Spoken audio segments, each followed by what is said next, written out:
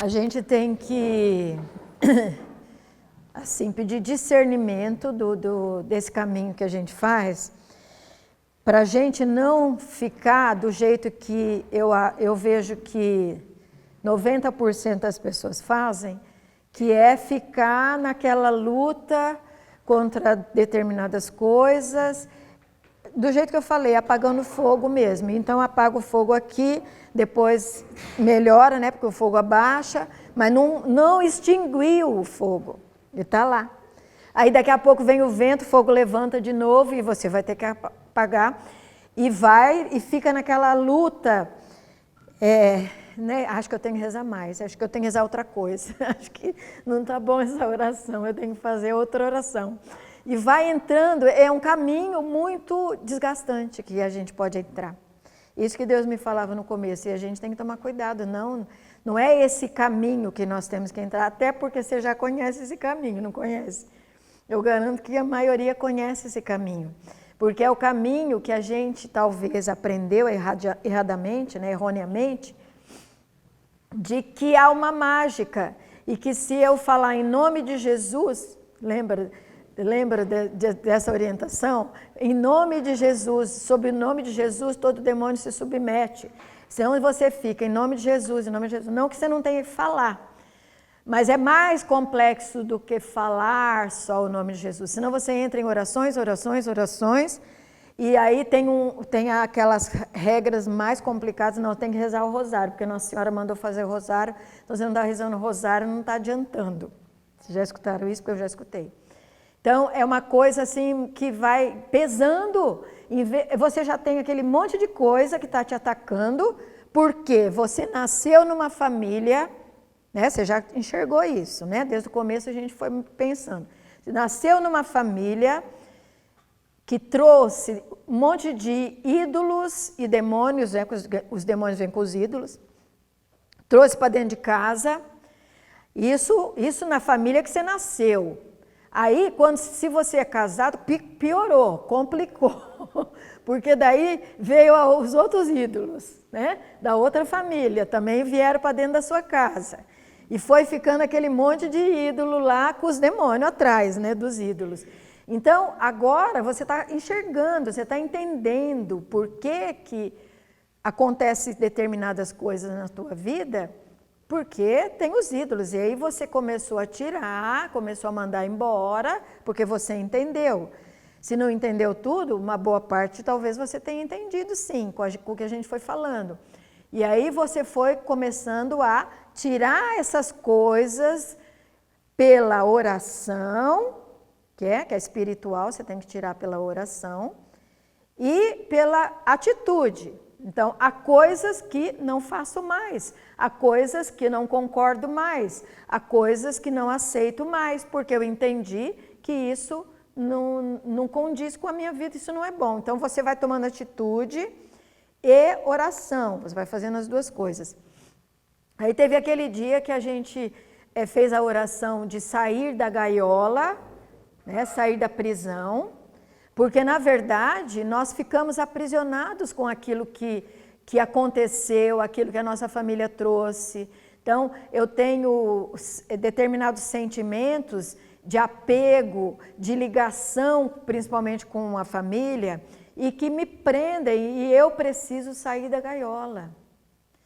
Lembra que na hora que a gente fez a oração, quem estava aqui, eu falei, agora você vira e sai da gaiola.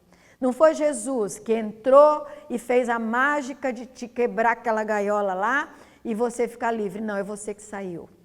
E ainda eu lembro que eu falei, agora você enxergou, agora você vira as costas, pode até dar tchau para quem está lá dentro da gaiola, que pode ser alguém da sua família, não importa. Você dá tchau e vai embora. Então é uma atitude interior que nós temos que ter. Não, acabou, eu não vou ficar preso nisso. Isso aconteceu, isso foi a história, mas em nome de Jesus, agora eu vou fazer outra história. Eu vou sair daqui, dessa prisão que me colocaram, às vezes já nasci nela, eu vou virar as costas, vou sair e vou seguir o caminho da restauração. Porque o que o Senhor pede para nós, agora você conseguiu sair, Então você está com os olhos claros, você está livre, você está fora, você enxerga. Só que agora você tem que reconstruir a porta para que essa história seja uma história nova, seja uma história de bênção. Não é essa a promessa que o Senhor faz para nós? Tenho para vós promessas de bênção e não de maldição. Estou falando só o que está na palavra de Deus. Ele nos diz, tenho para vós promessas de bênção e não de maldição. Então, a maldição não provém de Deus. Se nos ensinaram, né, a própria igreja muitas vezes ensina isso, né, do sacrifício, da oferta da dor, da oferta da doença, do sacrifício. Jesus já morreu já pelo nosso, gente, para. Você não precisa acrescentar, não. Aliás, não vai valer nada essa tua dor para Jesus. Essa dor aí sua não é nada. Por que você vai oferecer uma porcaria dessa, de uma dor que você está passando? Falo dor física, dor emocional, qualquer coisa. Por que você vai oferecer? Se ela não vale nada. A que valeu foi o sacrifício de Jesus na cruz, que morreu por todos nós. E ele diz, então, você aceita esse caminho, porque é o caminho que Jesus faz. Quando ele morre na cruz, ele abre um caminho e fala, quer vir? Vem, esse é o caminho de bênção. Fala para a pessoa do lado, é um caminho de bênção, não de maldição, não. De bênção. Então, para de ficar com essa mentalidade, não, é um sacrifício, não, eu tenho que me sacrificar, não, para com isso, você tem que mudar essa história. E mudar essa história implica em abrir os olhos, enxergar, que a gente já está fazendo, já fez, né, já foi trabalhando isso até agora. Eu tenho que abrir os olhos e falar, minha família é assim, né? Aqui tem tal coisa. Você não está fazendo nada de mal quando você faz isso. Você não precisa falar para os outros, tá? Fala só para você, né? Você não está falando mal. Você está enxergando. E aí quando você... Sabe aquele apocalipse que eu falei logo, não sei se foi ano passado? Peça um colírio para os teus olhos, para você enxergar as coisas. O Apocalipse fala isso. Pede um colírio para limpar os teus olhos e você enxergar a verdade. Então, enxergar os defeitos, enxergar os pecados, enxergar as coisas erradas não é ruim. Você está enxergando. Você está enxergando e falando, Senhor, olha aqui, ó, que situação, Senhor, eu preciso libertação e fechar a brecha, fechar a porta, para o inimigo não voltar mais. Porque eu estou enxergando, estou tomando uma atitude. E é a gente que vai ter que tomar. Eu só posso tomar por mim, você pela sua família, cada um pela sua família. Não tem jeito de ir lá no padre tal, ou ir lá no fulano famoso lá e falar assim, age para meu problema ser liberto. Não vai adiantar. Não é o que o Senhor espera, porque senão o Senhor curava todo mundo. Ele não é bom? Ele não quer o bem de todo mundo? Então ele curava tudo. Não, ele quer a reconstrução, ele quer a mudança, ele quer, essa história aqui estava indo para cá, para o lado errado, agora ela está indo para cá, para o lado certo. E isso vai ficar para as próximas gerações, vai ficar para o mundo. Seja para a minha família, seja para o mundo, eu estou mudando. Entende? Como o Senhor espera atitude de entendimento e de reconstrução, de mudança. E aí, então, a história vai sendo reconstruída. Tá? É assim que nós estamos fazendo aqui nessas nossas formações. E Neemias fez isso. Eu quero pegar...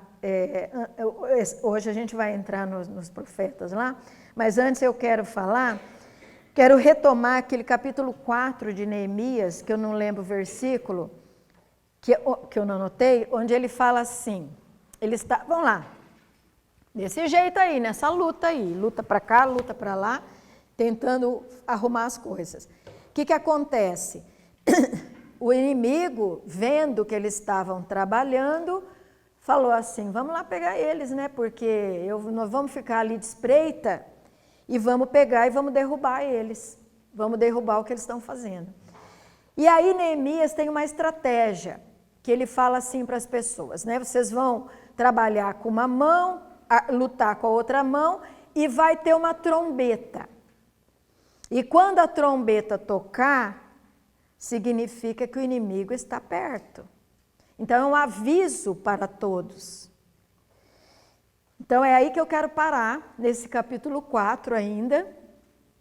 Ele faz isso, ele fala assim, ó, quando ouvir a trombeta, fica alerta, porque vai estar acontecendo alguma coisa. E o que nós observamos na estratégia de Deus a respeito disso? Desde o início da Bíblia, nós vemos que Deus usa esse artifício, ele usa uma trombeta. E desde o começo da Bíblia, o que nós vemos? Que ele usa a trombeta, que é aquela pessoa usada por ele para falar o que ele deseja, que é o profeta. Desde o começo, lá no começo da Bíblia, nós já vemos profetas aparecendo, um após o outro. Sempre ele olha e ele fala assim, ó, vem cá que você vai ser meu profeta, eu vou falar e você vai falar o que eu estou falando. Eu falo com você e você fala para o povo, porque ele sabe que as pessoas não escutam ele. Então ele precisa de alguém que tenha uma voz mais forte, incisiva, determinante, que vai falar, vai acontecer isso. E aí então ele fala o que ele quer falar, através daquela pessoa. Isso começou lá no Velho Testamento, tem um monte dos profetas, a gente vai ver alguns, onde ele escolhe e usa uma pessoa para fazer isso. Como é que ele escolhe? Porque aquela pessoa é iluminada?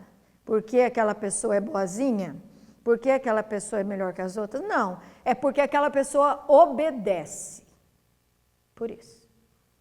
Porque ele diz para o profeta assim, o que eu te falar, você vai falar. E aí ele fala, o profeta fala.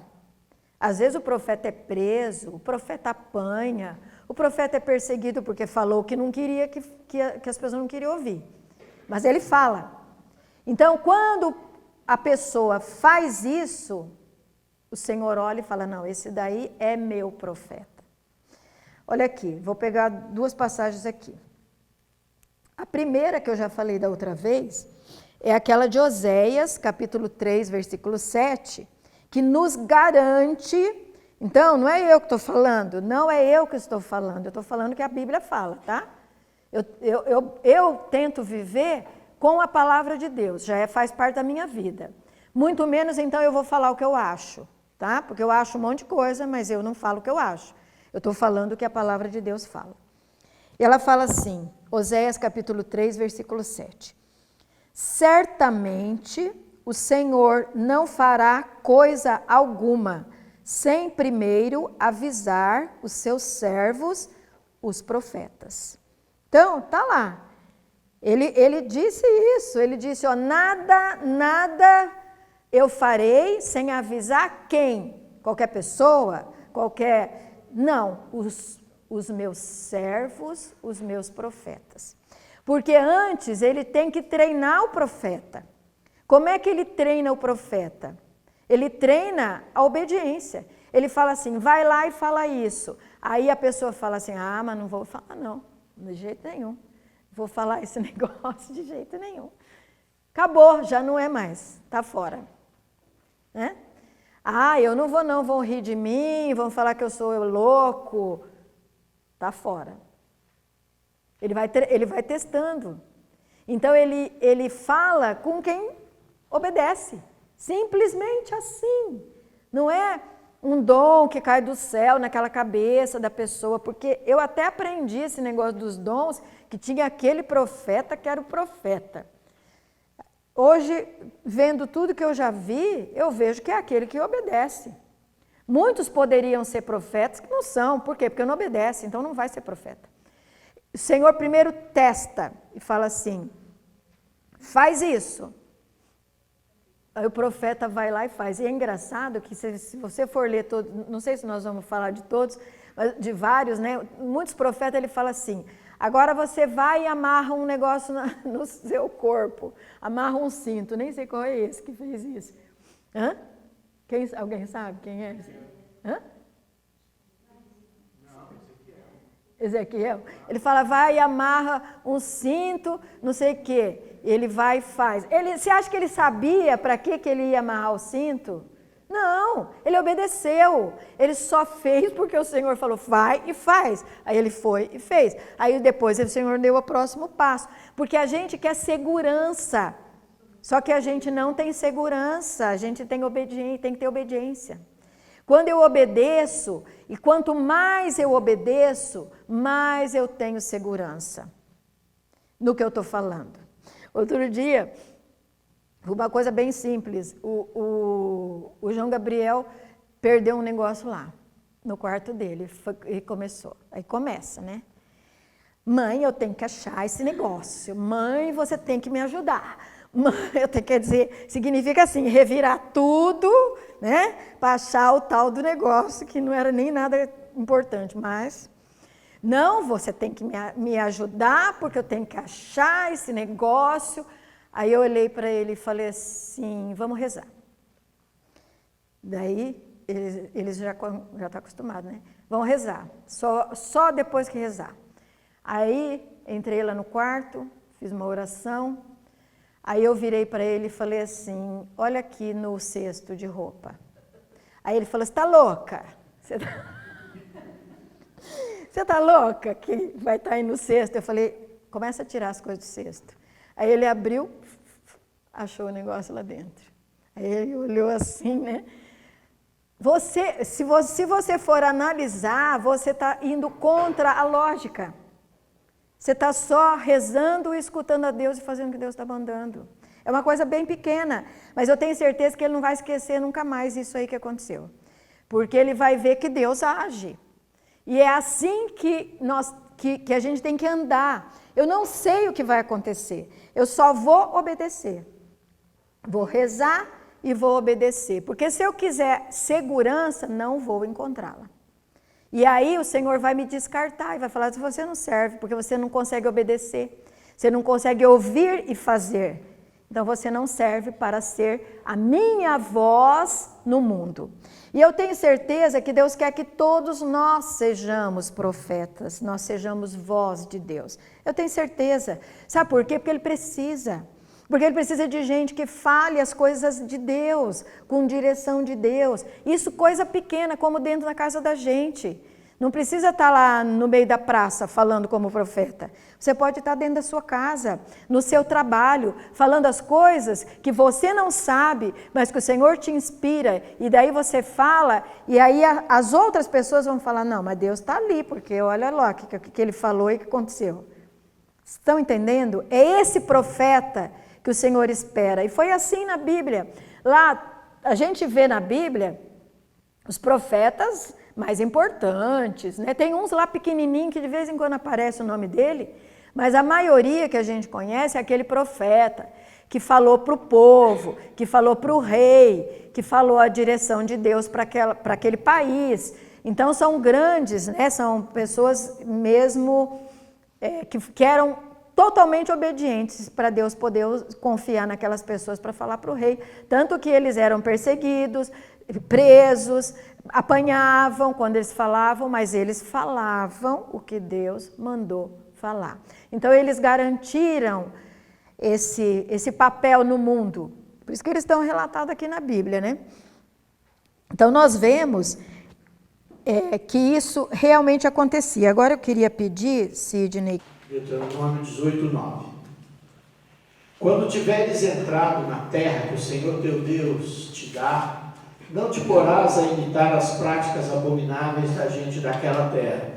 Não se ache no meio de ti quem faça passar pelo fogo seu filho ou sua filha, nem quem se dê à adivinhação, à astrologia, aos agouros, ao feiticismo, à magia ou à invocação dos mortos. Porque o Senhor teu Deus abomina aqueles que se dão a essas práticas. E é por causa dessas abominações que o Senhor teu Deus expulsa diante de ti essas nações. Serás inteiramente do Senhor teu Deus. As nações que vais despojar ouvem os agoureiros e os adivinhos. A ti, porém, o Senhor teu Deus não o permite. O Senhor teu Deus te ressuscitará dentre os teus irmãos um profeta como eu. É a ele que devereis ouvir. Foi o que tu mesmo pediste ao Senhor teu Deus em Horebe, quando lhe dissestes no dia da assembleia: ó, não ouça eu mais a voz do Senhor meu Deus, nem torne a haver mais esse fogo ardente, para que eu não morra. E o Senhor disse-me: está muito bem o que disseram. Eu lhes suscitarei um profeta como tu dentre seus irmãos, minhas palavras porei em sua boca, e ele lhes fará conhecer as minhas ordens. Mas ao que recusar ouvir o que ele disser de minha parte, pedirei conta disso. O profeta que tiver a audácia de proferir em meu nome uma palavra que eu não lhe mandei dizer, ou que se atrever a falar em nome de outros deuses, será morto. Se disseres a ti mesmo: como posso eu distinguir a palavra que não vem do Senhor? Quando o profeta tiver falado em nome do Senhor, se o que ele disse não se realizar, é que essa palavra não veio do Senhor. O profeta falou presunçosamente. Não temas. Então, eles, lá no começo do Antigo Testamento, já vivenciavam tudo isso, né? Como Deus fala, com quem Ele fala. E por isso tinham os agoureiros, os adivinhos, como hoje. Hoje é a mesma coisa. Pessoa que quer ouvir um veredito, vai lá no feiticeiro, vai lá no adivinho, vai lá e fala com a pessoa que é uma bruxa, que é uma cartomante, que é um feiticeiro. Isso já era e continua a mesma coisa, continua do mesmo jeito. As pessoas vão atrás, mas esse, diz o Senhor, nem chega perto. Não há os escolhidos, há os obedientes. Aquele que obedece, o Senhor fala: não, esse eu posso confiar. Aquele que não obedece, ele desiste daquele ali. Então, primeira coisa é essa: existe então os adivinhos, existe tudo isso, porque às vezes as pessoas falam assim: ah, mas como que adivinhou? Adivinhou mesmo, acertou, e daí? Não me interessa. O aplicativo pode até acertar, mas e daí? Não é isso que eu tenho que escolher, eu tenho que escolher obedecer o Senhor. E então essa é a primeira coisa que coloca ali. Depois fala assim: mas como que eu vou saber se o profeta está sendo a voz de Deus ou ele está agindo fala uma palavra aí, por coisa dele mesmo, da cabeça dele mesmo? Olha como é que Deus é simples. Ele fala assim: não se preocupe, se for de Deus, você vai ver que é de Deus. Então, como que a gente treina? Como que a gente aprende? A gente treina, é treinado pelo Espírito Santo. Porque eu não vou me adentrar esses detalhes aí, mas como eu posso ser o verdadeiro profeta? Primeiro, eu tenho que obedecer. Então eu escuto. Você acha que quando a gente escuta a gente tem certeza? Né? Vamos pegar essa coisa muito simples do negócio lá que o João Gabriel perdeu. Você acha que eu tinha ideia? Ou eu queria... Não, eu me deixei levar por aquilo que o Espírito Santo foi me trazendo naquela hora. Eu não parei para pensar, não parei para escutar, não abri a Bíblia para ver o que a Bíblia estava me falando. Não, eu fui seguindo aquela orientação do Espírito Santo. Então, isso é um treino que a gente vai fazendo no nosso dia a dia. O Senhor fala, você sente... Outro dia me perguntaram assim: como que você sabe? Eu falei: eu não sei como eu sei. Só vem na minha cabeça. Eu não sei te explicar. Não acontece nada. Não acontece nenhuma visão. Não acontece nenhuma revelação. Só vem na minha cabeça. Só que é um treino. Conforme você vai treinando esse caminho, você vai vendo como é que você tem que percorrer ele. E aí, então, você faz aquilo. Já aconteceu muitas vezes de... Por exemplo, eu rezar para a pessoa e depois aquilo não era. Aí eu aprendi que eu tenho que tomar cuidado, eu não tenho que agradar ninguém. Eu não tenho que rezar porque a pessoa está me pedindo: por favor, reze por mim. Não significa que eu tenho que rezar. Por favor, faça isso. Não significa que eu tenho que fazer. Estão entendendo? Eu tenho que obedecer a Deus. Se Deus me falar, faça, aí eu faço. E não é fácil, porque muitas vezes a gente tem o negócio do outro, né? Como? Eu vou dizer que não vou rezar para o outro, sabe? Você está sendo ruim, né? A gente tem essas coisas, mas eu tenho aprendido que não, eu só rezo quando o Senhor manda eu rezar. Eu tenho que treinar isso. Então, começa dentro da tua casa, começa a treinar. Quando tem qualquer problema, fala, Senhor, o que o Senhor pensa disso, Senhor? Senhor, como que nós vamos resolver esse problema, Senhor? E às vezes ele não responde na hora, não. Às vezes passa 1 dia, 2 dias, 3 dias, aí eu vou dar a volta, vou caminhar para ver se a minha cabeça melhora, né? Fica mais leve.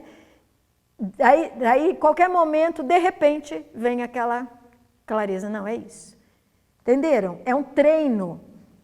A gente tem que estar disposto a ser treinado pelo Espírito Santo. Você não pode ficar esperando que venha uma confirmação, uma palavra de Deus. Não, você tem que seguir a sua vida e pedindo, Espírito Santo, dirige, Espírito Santo, fala comigo. Nós temos a graça, porque naquela época tinha só os profetas escolhidos. O povão nem tinha Espírito Santo. Depois de Jesus, nós temos o Espírito Santo. O que a palavra de Deus nos diz sobre o Espírito Santo? Quem quiser, peça, e Ele dará o Espírito Santo a todos que pedirem. Então, não é para uma pessoa, é para todos. Mas quem são esses todos? Aquele que pedir. Se você não pedir, não pense que vai acontecer uma coisa que vai cair na tua cabeça, não. Você vai pedir, Senhor, dá-me a direção, Senhor, Espírito Santo, fala comigo e me dirige o que eu tenho que fazer, o que eu tenho que falar, para onde eu tenho que ir. É um treino de uma convivência com o Espírito Santo. E não é o quanto você reza. Porque muitas pessoas perguntam assim, quanto tempo você reza? Quantas orações? Quais as orações? O que você reza? Não é isso, não é isso. É a disposição de estar no mundo, passar por bobo, para os outros muitas vezes falar, ai, que pessoa mais diferente, né? Às vezes vão falar isso de você, porque ela está falando um negócio que, né, igual o João Gabriel falou assim, mãe, você está louca? Você vai procurar um negócio aí? Então, são coisas que a gente vai treinando não ligar mais. Você só vai deixando o Espírito Santo te conduzir. Você sabe que Ele vai fazer o certo, que Ele vai fazer o melhor e que Ele vai conduzir. Isso é um treino. E a gente tem que estar disposto a ser treinado. Fecha os olhos um pouquinho. E nós vamos rezar nesse momento